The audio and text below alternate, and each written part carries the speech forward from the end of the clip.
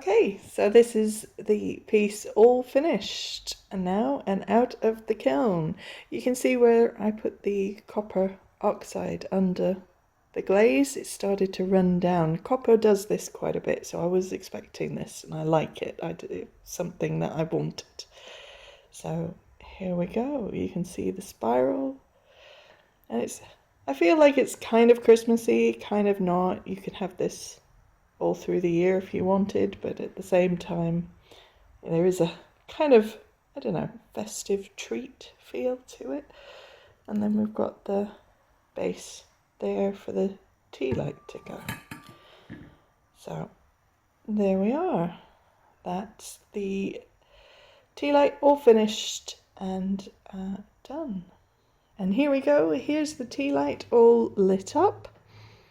If you enjoyed the video, please hit the like button, and if you'd like to see more, subscribe to the channel to be notified as soon as one of my videos comes out. I'll see you again soon. Thanks for watching my video. I hope you've enjoyed it.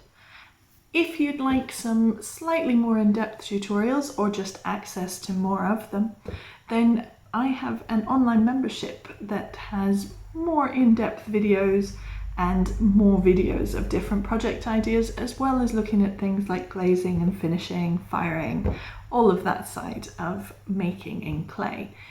If you'd like to check that out, you can check it on my website.